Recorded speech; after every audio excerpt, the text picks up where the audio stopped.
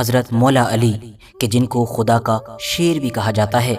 مولا علی جتنا بہادر ہم کو مسلم اتہاس میں کوئی دوسرا نظر نہیں آتا ہے، اور نہ ہی حضرت مولا علی شیر خدا جیسی کوئی دوسری پرسنالٹی نظر آتی ہے۔ اور اس بات کو اگر ثابت کرنے پر آیا جائے تو بہت ساری ویڈیوز اور بہت ساری کتابیں بھی کم پڑ جائیں۔ مثال کے طور پر یہ 9 ہجری کا واقعہ ہے کہ جب جنگ تبوک کا موقع تھا۔ تبوک نام کا یہ جو غزوہ ہے، اس کو اتہاس میں پیغمبر حضرت محمد صلی اللہ تعالی علیہ وسلم کی آخری اور سب سے بڑی فوجی مہم کے طور پر دیکھا جاتا ہے۔ ہوا یہ تھا کہ اس دور میں مسلمانوں کی جو ریاست تھی، جو نئی ہی وجود میں آئی تھی اور جو سائز میں تو ابھی کافی چھوٹی تھی مگر ہاں کافی تیزی کے ساتھ آگے بڑھ رہی تھی، اس سے اس دور کی دنیا کی جو سب سے بڑی سپر پاور تھی اس کو ہی خطرہ محسوس ہونے لگا تھا۔ جی ہاں، ہم بات کر رہے ہیں ایسٹرن رومن امپائر کی، کہ جس کو اتہاس میں بیزنٹائن امپائر کے نام سے بھی جانا جاتا ہے۔ تو دوستو، اب ہو یہ رہا تھا کہ 630 عیسوی میں مدینہ میں موجود پیغمبر حضرت محمد صلی اللہ تعالی علیہ وسلم کو لگاتار اب اس طرح کی انٹیلیجنس مل رہی تھی کہ رومن امپائر کا اس دور کا جو بادشاہ تھا، مطلب کہ ہرقل، وہ اپنی پوری بڑی فوج لے کر اور آس پاس کے جو عیسائی عرب قبیلے ہیں ان کو بھی اپنے ساتھ ملا کر مدینہ شہر کے اوپر بڑا حملہ کرنے کی تیاری کر رہا ہے۔ تو جیسے ہی اس طرح کی خبریں آنی شروع ہوئیں، پیغمبر حضرت محمد صلی اللہ تعالی علیہ وسلم نے یہ فیصلہ کیا کہ ہم کو رومن فوج کی طرف سے مدینہ پر حملہ کرنے کا انتظار نہیں کرنا چاہیے، بلکہ خود فوج لے کر آگے نکلنا چاہیے اور دشمن کے علاقے میں جا کر ہی اس کو للکارنا چاہیے۔ لہٰذا فوراً ہی مدینہ شہر کے اندر جنگ کا اعلان کیا گیا، مسلم فوج کو اکٹھا کیا جانے لگا، ساتھ ہی یہ اعلان بھی کیا گیا کہ ہر مسلمان کے لیے اس جنگ میں شامل ہونا ضروری ہے، اور جو شامل نہیں ہوگا اس کو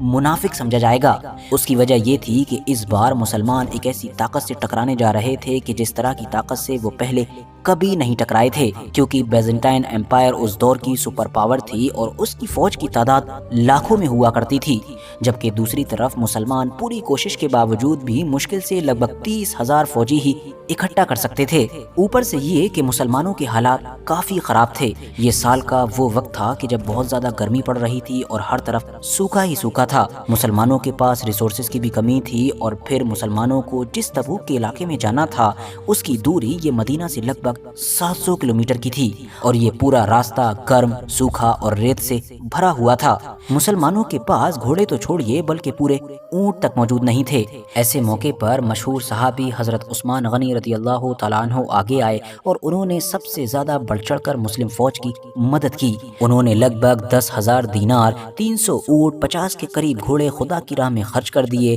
یہ دیکھ کر حضور صلی اللہ تعالی علیہ وسلم اتنا خوش ہوئے کہ انہوں نے کہا کہ آج کے بعد عثمان جو بھی کرے اس پر کوئی بھی گناہ نہیں ہے، مطلب عثمان جنتی ہے۔ اس کے بعد حضرت عمر فاروق اعظم نے بھی اپنا آدھا مال خرچ کر دیا، جبکہ حضرت ابو بکر صدیق نے اپنا پورا ہی مال خرچ کر دیا۔ نبی علیہ السلام کے چچا کہ جو حضرت علی شیر خدا کے والد بھی ہوا کرتے تھے، مطلب کہ ابو طالب، انہوں نے اپنی وفات سے پہلے حضرت علی شیر خدا سے یہ وعدہ لیا تھا کہ کبھی بھی محمد کو اکیلا نہ چھوڑنا، پوری زندگی ان کی حفاظت کرنا، چاہے اس مقصد کے لیے تمہاری خود کی بھی جان کیوں نہ چلی جائے۔ اور اتہاس گواہ ہے کہ حضرت مولا علی شیر خدا نے اس وعدے کو بالکل ویسے ہی نبھایا کہ جیسے نبھایا جا سکتا تھا۔ ہر جنگ اور ہر مہم کے دوران حضرت مولا علی شیر خدا نبی علیہ السلام کے ساتھ ان کے محافظ یا پھر ان کے سائے کی طرح موجود رہے۔ مگر اب یہ پہلا موقع تھا کہ جب حضرت علی شیر خدا کسی جنگ یا کسی فوجی مہم کے دوران نبی علیہ السلام کے ساتھ نہیں ہونے والے تھے۔ اس کی وجہ یہ تھی کہ غزوہ تبوک کے موقع پر نبی علیہ السلام کی طرف سے حضرت مولا علی کو یہ حکم دیا گیا کہ وہ مسلم فوج کے ساتھ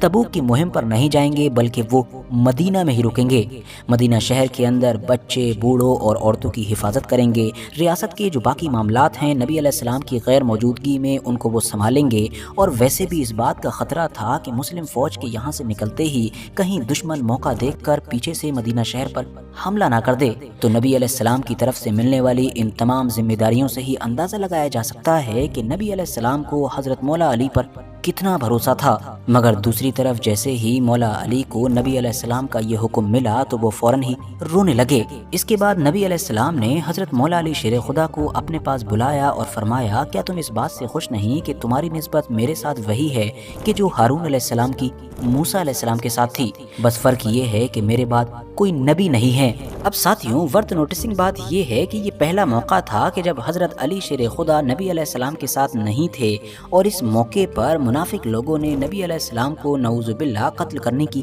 سازش بھی کی تھی، حالانکہ وہ لوگ اس چیز میں کامیاب نہ ہو سکے۔ دوسری طرف جو روم کا بادشاہ تھا، اس نے جب مسلمان فوج کی پوری تیاری کی خبر سنی اور سنا کہ پورے جوش و جذبے کے ساتھ وہ لوگ بڑی تیزی کے ساتھ اس طرف آ رہے ہیں، تو وہ ڈر کی وجہ سے اپنی فوج پہلے ہی لے کر فرار ہو گیا۔ مسلمان تبوک پہنچے اور کئی دنوں تک وہاں پر انتظار کرتے رہے، اور اس طرح سے بنا لڑے ہی انہوں نے اس جنگ میں جیت حاصل کر لی۔ اس کے بعد وہاں سے واپسی کا سفر طے کیا۔ اس واپسی کے سفر میں ہی پھر منافق لوگوں نے اپنی چال چلی تھی۔ دراصل واپسی میں مدینہ کی طرف آنے والا جو راستہ تھا وہ ایک جگہ پر عقابہ نام کی پہاڑی سے بھی ہو کر گزرا کرتا تھا۔ یہ عقابہ نام کی پہاڑی کے بیچ سے ہو کر گزرنے والا جو راستہ تھا بہت زیادہ پتلا اور خطرناک تھا۔ یہیں پر ہی منافق لوگوں نے یہ پلان کیا کہ جیسے ہی نبی علیہ السلام اپنے ساتھیوں کے ساتھ اس تنگ اور پتلے سے راستے سے ہو کر گزریں گے، ہم پہاڑی کے اوپر سے ان کے اوپر پتھر گرائیں گے اور اس طرح سے نعوذ باللہ ان کو ان کے ساتھیوں سمیت شہید کر دیں گے۔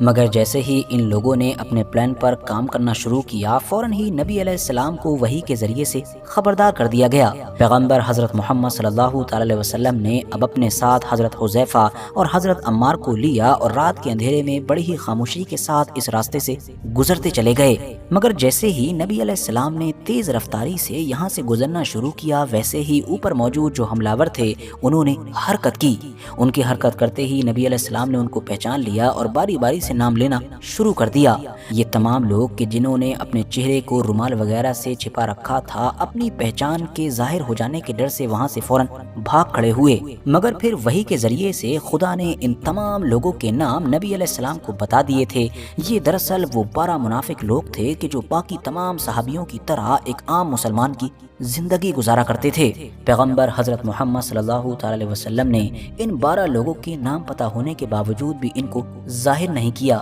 تاکہ عام مسلمانوں میں کوئی فتنہ نہ پھیلے۔ حالانکہ جو ان کے ساتھی تھے، مطلب جو مشہور صحابی تھے، مطلب حضرت حذیفہ ابن یمان، ان کو نبی علیہ السلام کی طرف سے ان 12 لوگوں کے نام ضرور بتائے گئے تھے، اسی لیے ان کو آج بھی اتہاس میں نبی علیہ السلام کے رازدار کے طور پر جانا جاتا ہے۔ روایتوں سے پتہ چلتا ہے کہ مسلمانوں کے دوسرے خلیفہ حضرت عمر فاروق اعظم اپنی خلافت کے دور میں کسی بھی مسلمان کا اس وقت تک جنازہ تک نہیں پڑھایا کرتے تھے جب تک حضرت حذیفہ ابن یمان کی طرف سے ان کو گرین سگنل نہیں ملتا تھا۔ مطلب وہ اس بات کو ویریفائی کیا کرتے تھے کہ کہیں یہ انسان ان لوگوں میں تو شامل نہیں ہیں کہ جو وہ 12 منافقین ہوا کرتے تھے، اور جب ایک بار ان کو حضرت حذیفہ ابن یمان کی طرف سے اشارہ مل جاتا تھا تبھی وہ جنازہ پڑھا کرتے تھے۔ ساتھیوں، یہ 10 ہجری کا معاملہ ہے کہ جب حجۃ الوداع مطلب نبی اکرم صلی اللہ تعالی علیہ وسلم اپنے صحابہ کے ساتھ کیے گئے آخری حج کے بعد مکہ سے مدینہ کی طرف واپس جا رہے تھے۔ راستہ میں مکہ اور مدینہ کے بیچ میں ایک خاص جگہ موجود تھی جس کا نام تھا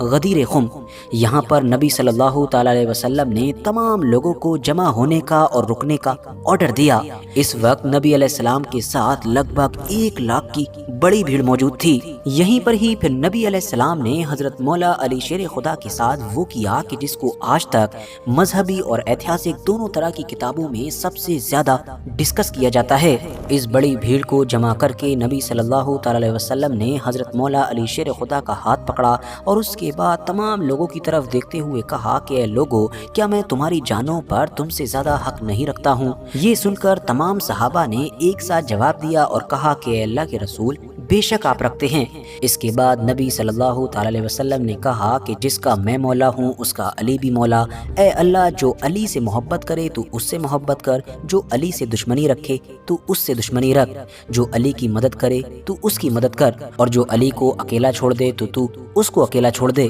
اس کے بعد پھر نبی صلی اللہ تعالی علیہ وسلم نے فرمایا کہ میں تم لوگوں میں یہ اللہ کی کتاب مطلب کہ قرآن، اپنی سنت اور اہل بیت کو چھوڑ کر جا رہا ہوں۔ یہ قرآن اللہ کی کتاب، اللہ کا نور ہے، یہ ہدایت ہے، جو بھی اس کو پکڑے گا وہ کبھی گمراہ نہیں ہوگا۔ ویسے دیکھا جائے تو پیغمبر حضرت محمد صلی اللہ تعالی علیہ وسلم نے یہاں پر یہ سب کچھ یوں ہی نہیں کیا تھا، بلکہ اس کے پیچھے بہت بڑے معنی چھپے ہوئے تھے۔ بہت سارے مسلم اسکالرز کی طرف سے یہ اندازہ لگایا جاتا ہے کہ شاید نبی علیہ السلام کو وحی کے ذریعے سے اس بات کی خبر مل چکی تھی کہ ان کے بعد آنے والے سالوں میں ان کے گھر والوں کے ساتھ مطلب اہل بیت کے ساتھ کس طرح کا